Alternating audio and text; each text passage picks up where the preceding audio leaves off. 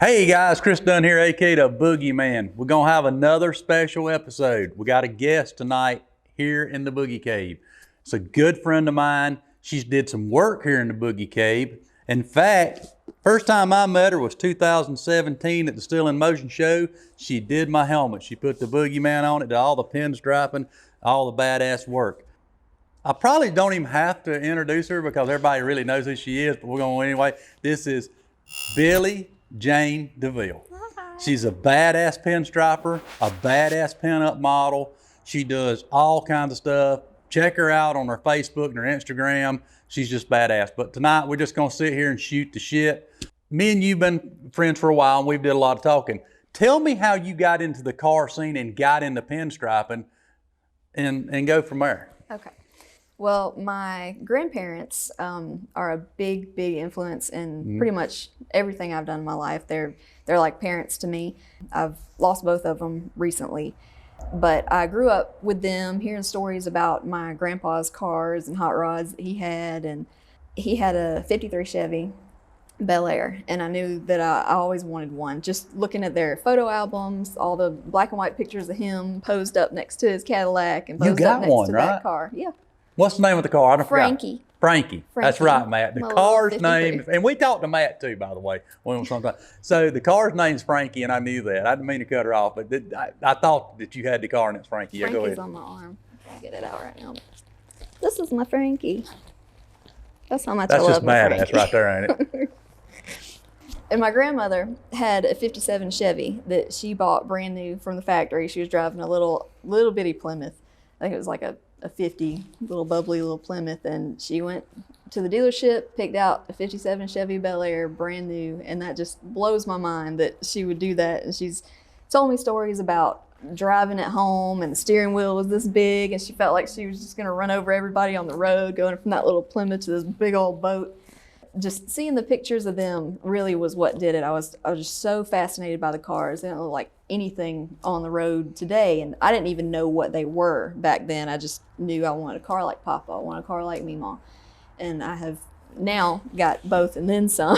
So that's really, I guess, the background of my car loving. You know, sometimes I wonder, did we grow up in the wrong era? I'm being serious because I look at my dad just turned 71 last week. Okay. They got to grow up in the coolest era. Have you ever thought about that? They got to grow up during the 60s, during the muscle car movement, when cars was badass. When you went to the dealership and bought your hot rod, or you seen the guys that took things like this 29 Roadster and they cut it up and they had these badass, and then they had the Oldsmobile rocket engine they'd stick in it. I mean, it was an era that I wish, I ain't gonna lie to you, don't get me wrong, I like modern shit. I do. I like cable TV. I like all that stuff. I like all the cool shit we got. Cell phones and shit like that. But TikTok. Now you're picking on me about my TikTok. I do like TikTok. You know, Boogie Man, roll on TikTok. Anyway, but I wonder sometimes, I would love to have grown up then. Does that make any sense? I just feel like sometimes I just like, they had the coolest time. And the music. Oh, and that's another thing. Think about the people from that area. People laugh at me because when you go into my telephone, the Temptations are in my telephone. Because here's the thing. I grew up with a dad that listened to Motown. To this day, that man, he loves shagging, he loves Motown. That's his thing. People can say what they want to. You grow up, the music you listen to is kind of like, to me, it's tattooed into you. I love Motown music. I love the Four Tops. I love anything like that is my thing. Like you come in here, that's what's playing. I like modern stuff too, but there is nothing that gets to you more than the old, like you're saying, the 60s music where they sang. They didn't mix this shit up like they do now and, oh, she's hot, so we're gonna go over her voice a little bit and clean it up over here and clean it up over there and build a star. These people had talent. And that's all they had. They went in talent. You know, it's just kind of cool, though. You know what I mean? Cars always go with music. Well, okay, so I know you're originally from Athens, and you got into the pinstriping in Athens, right? Didn't you tell me a story about there was a pinstriper guy down there or something that how did that happen? probably the first time I got into it, it was about 15 years ago now. I ordered my little kit from Moon Eyes, and I fiddled with it here and there for a few months, but I wasn't serious about it. Just didn't dedicate myself to it. And then probably about 10 years after that, I guess I got the fire again. The guy you're talking about, David Piatek, Yep. he was a friend of my grandfather on the other side, not the one with the cars. But this grandfather was a pinstriper, and he was kind of like a shade tree mechanic, did a little bit of body work. Everybody knew him, everybody loved him. And I'd heard some stories about him. There's some places around Athens that still have some of his work on it, and it's pretty neat. But David Piatek was a friend of his, and he's pretty big and well known it's a different type of car scene, but he's pretty well known there, and very, very good guy, very nice guy. And I had him pinstripe. I was big into S10s at the time, so I had a little lowered S10, and it was pretty though. And, Ain't nothing wrong with that. Everybody's into mini trucks at one time in our life, hon, so at least okay? you know what a mini truck is. Everybody I else do know calls what a it the mini low truck rider, is, but yes. it was not a low rider. I took it to David. We call him Piatek. So I took it to Piatek and had him pinstripe it. And I just sat there and watched him, just fascinated. And he'd get this beautiful design on there, and then he's, I don't like that, and wipe it off. And just every one he did, I'm just like, oh my gosh, that's beautiful. No. Now I completely understand. He could see all the things I can't see. But I just spent that day talking to him and just loving it. And so just kind of off and on over the years, messed with it. And one day, I was sitting at home, I was sick, and I was watching YouTube, and I got on Hot Rod Jen's, I guess, YouTube channel, and just started watching videos of her, just looking at pictures. And I thought, I need to do this. It keeps coming back up in my life every once in a while. I need to just get serious about it. I had some kind of long driveway late night talks with Piatek, and he shared, a brush with me, and just he's just so nice and so open to helping, and you don't really see that a lot. Got my little kit back out, added to it, got some more brushes, and then I just started pinstriping, and I don't think very many days since then have gone by that I haven't pinstriped or painted at least a little bit. And so I guess it's been about 5 years now that I've been steadily doing it, and about full time for Yeah, over 3 because years I now. met you in 17, and you was really trying to go at it. Right. Trying to make you living doing it. So that'd be right. I worked every car show I could find. Because when I met you, it's Still in Motion. You didn't live here. You was still living was in Athens. Mm-hmm. So so how did you get to Anderson? Which we're glad that you're here now. We love that you're here. I mean, well, it's not quite as big of a car scene and pinups and all that kind of thing in Athens. We do have the local shows and a lot of really good people, that I really appreciate. that helped me out stunned at me the when you beginning. told me that too, that you would think in Athens, Georgia, you got the University of Georgia. I mean, Football. come on, man. I mean, you would think though that they'd be a hot rod scene. You really, really would, but you're not the only. I've had another friend of mine that says there's just no hot rod scene down there. And I wouldn't have never have thought that. You know what I mean? Not being that close, and being That's that what it close is. from like Commerce, you're on 20 minutes from Commerce, something like that, from the dragway. not far. And it's just not a lot of hot rod scene, which is weird to me. It's mainly, I guess, like street rods and stuff like that. And it's just a different kind of vibe. Yeah, I get it. But really, football consumes Athens. Well, and yeah. I'm not a fan. So That and didn't- strip clubs. What I had really- some fun in Athens. I ain't gonna lie well, to you. Yeah, I ain't gonna lie. A lot of people don't know how good the car scene is in the upstate of South Carolina. They really, really don't. I mean, between Greenville, Anderson, Pickens, Spartanburg, dude, there's a lot of hot rod shit around here. People don't, for that one stretch of 85 from the North Carolina line to the Georgia line, think about how many hot rods. Could you imagine? They must be 1,000, or they must be 2,000 or 3,000 just hot rods. And if you meet somebody least. and they don't have one, they know somebody But that it's got does, one. or their neighbor does. Yeah, I mean, you think about all the cool, you think about Still in Motion's a good show. You think about all the, there's a damn cruise in every weekend in the summertime. Not just one in Anderson, there's probably 2 in Anderson, 3 or 4 in Greenville. How many's in Spartanburg? And they'll all be packed out with cars. Yep. It's Leave just one, go to the next one. Yeah, we're lucky to live in an area this thriving in hot rod and rockabilly and all the kind of cool stuff that you think about. I mean, in our town alone, you got the Hard Knocks, which is big hot rod rockabilly type, hot rod club. You've got the Geargulls and Greer, another similar style club. I mean, you got so much of that stuff around here. I mean, we're fortunate. I mean, there's a lot of work around here too for like pinstriping and painting and sign work. I can see this being like a mecca of a place you'd want to be if you want to be into the hot rod and the pinup and the pinstriping and stuff like that. I see that. I mean, it makes sense to me now. Yeah. It didn't before, but it does now. That was the draw.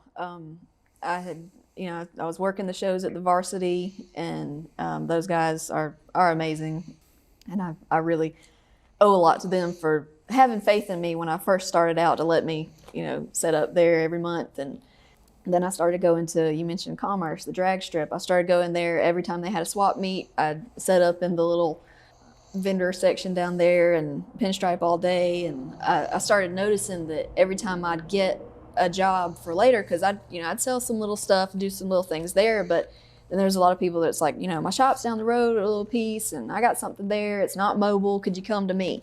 So I was doing that really hot and heavy, and it was like every time I'd get a job it'd be out this way or an hour or two away, and I was just traveling, and I was like, maybe I need a change of scenery, maybe I need to be where that is. And one of those times at the swap meet, Greg Porter, the Night Stalker, and Cassandra just walking by looking at everything and come by and stop and look at my booth, and we had a little talk, and they're like, you need to come to Steel in Motion. Well, what's Steel in Motion? So that was when I was I'm not going to get on your ass for mentioning the Night Stalker in the Boogie Cave. That's all right.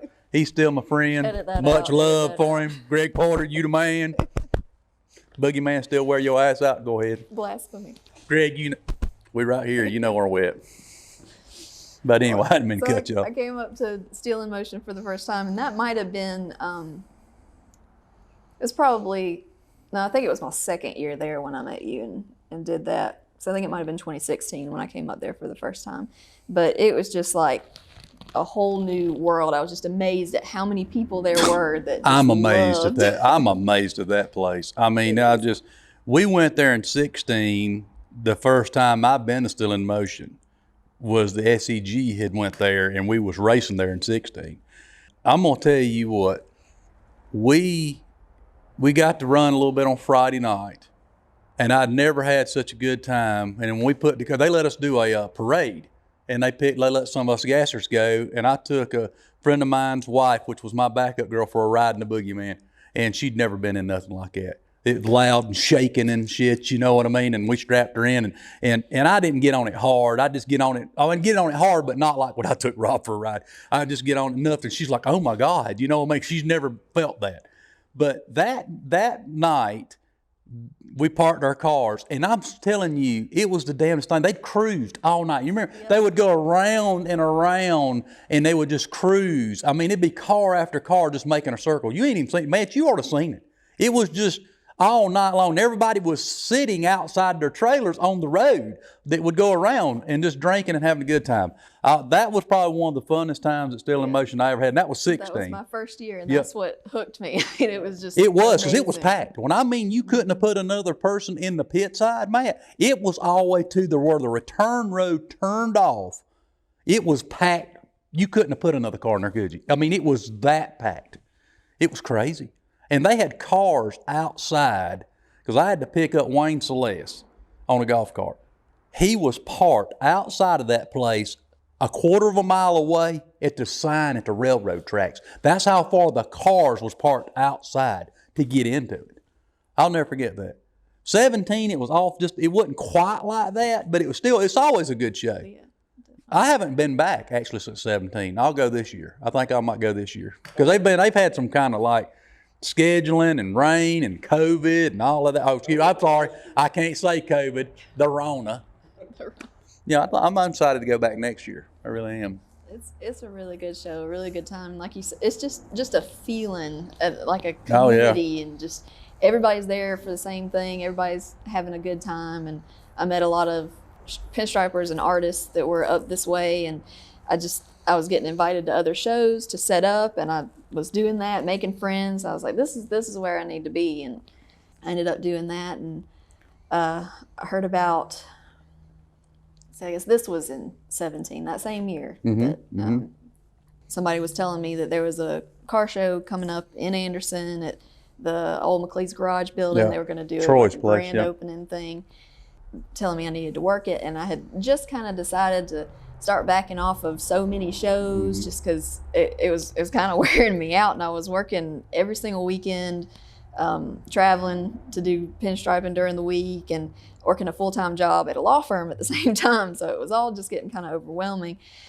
The pressure was put on a little bit. So I was like, all right, I'll come to this one. And then I set up, and I was so busy, I didn't get to step out of my booth the whole day. And I left there with work that I needed to take home, and had to come back up, stripe some cars and do stuff for people that I couldn't get done that day. And so I started coming up on the weekends, and then that turned into just being here.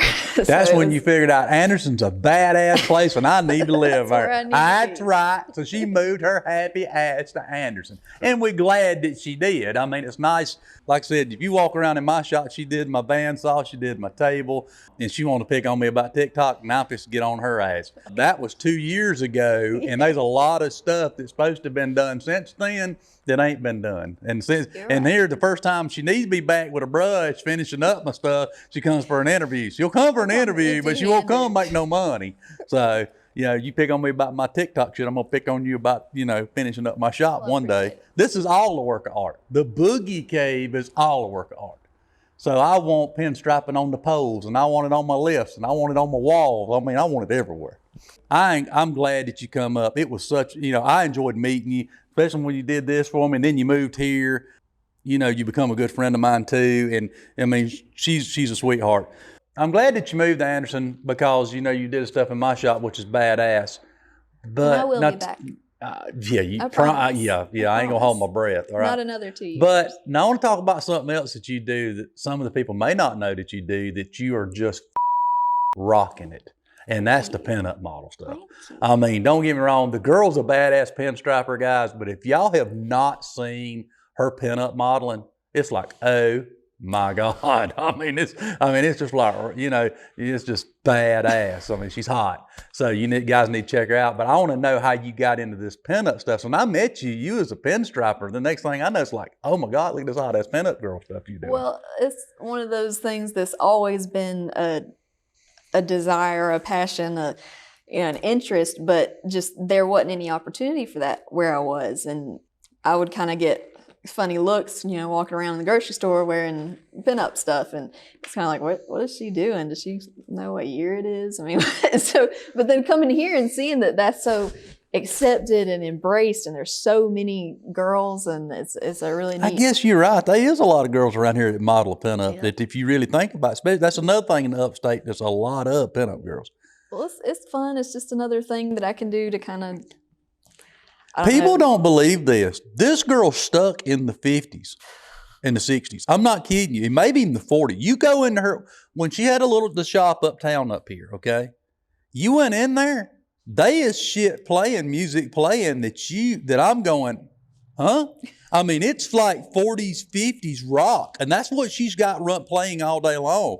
So she's not playing the part, is what I try to tell people with her. She's not just saying, oh, she just walked in here, she just got that on because they're on camera. No, she dresses like this. I mean, she really does. And when you go to her shop, and I'm assuming the one she's in now, there's 40s and 50s and 60s rock and roll music, mainly like 50s. Yeah, she plays rock, that's old 50s rock and roll, and that's what she's painting. You go in there, she's just striping away, and there's, like Chuck Berry and shit. I mean, it's not for show. This is really who this girl is. It's amazing to me too. That's one thing I dig about her though. She's real.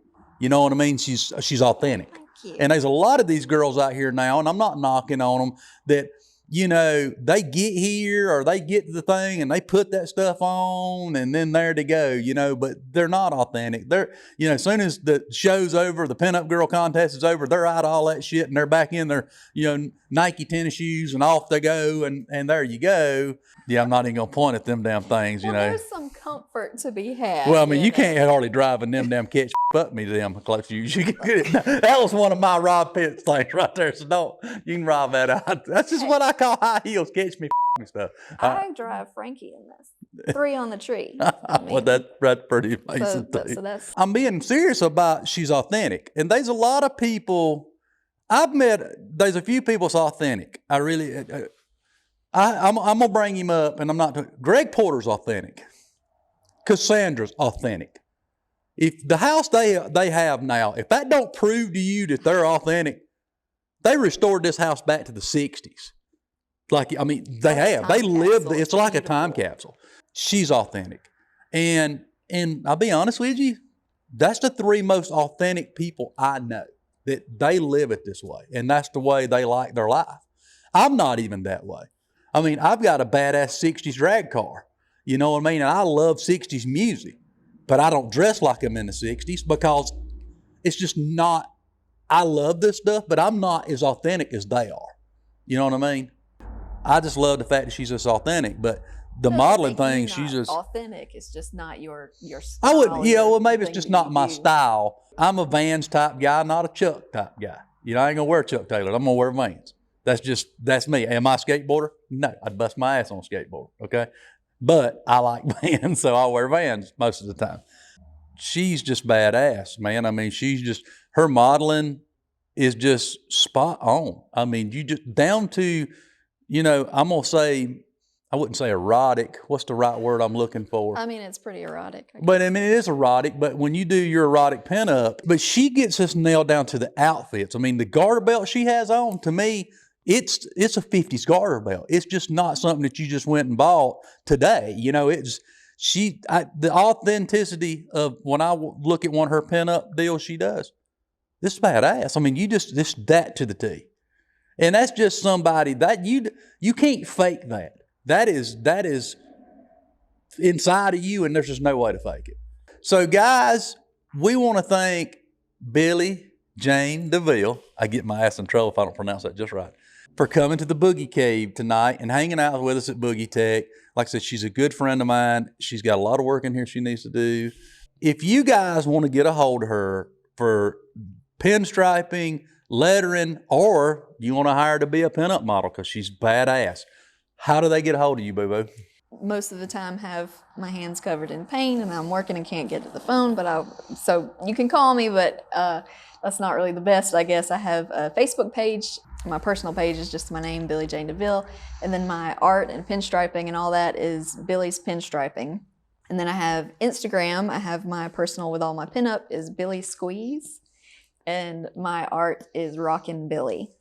So any of that. What about TikTok? You got a TikTok account? I do not have a TikTok, and I will not have a TikTok. You suck. You suck. I have enough to try to keep I'm up just with. saying, if you had a TikTok account, your shit would be banging, and then you suck. You know what I mean? I'll make a guest appearance on your special TikTok. Okay. On Boogie Talk. I'm going to hold you to that shit. All right, guys. Thank you for stopping by. Chris Dunn, a.k.a. the Boogie Man. But long story short, I've got real good friends of mine that I'm still friends with to this day. We was getting in was walking down the street. You know how hilly it is in Athens. And a guy was running behind the garbage truck. And the garbage truck brakes had let off. And it was literally, this is God's honest truth, it was literally just pushing cars. Like it was boom, boom, boom, boom, all the parked cars. And it was pushing them down. I mean, and he's running behind it trying to catch the garbage truck because it's one of them that he got out and they dumped it in the back. I swear to God, that's movie shit. It really happened. You got to be kidding. Here comes this garbage truck going out just plowing cars. Where was TikTok then? I don't know, but that's been some cool shit on TikTok. You gonna quit picking on me about TikTok. I'm gonna lay some Night Stalker beaver all over that. Well, that's all right. You go right ahead. This is where I freeze up every now and then. Now I'm froze up. I'm trying to close it out. That's what I'm trying to do. This is just us having a conversation. Don't even look at the camera. Well, I mean. So you gonna pick on me now? Now this is the same person a while ago that goes, I lock up now when the camera's on, and she ain't shut up since the camera got turned on. So I think we busted your stage fright. That's your job. Where was I at? Welcome to the Billy Cave.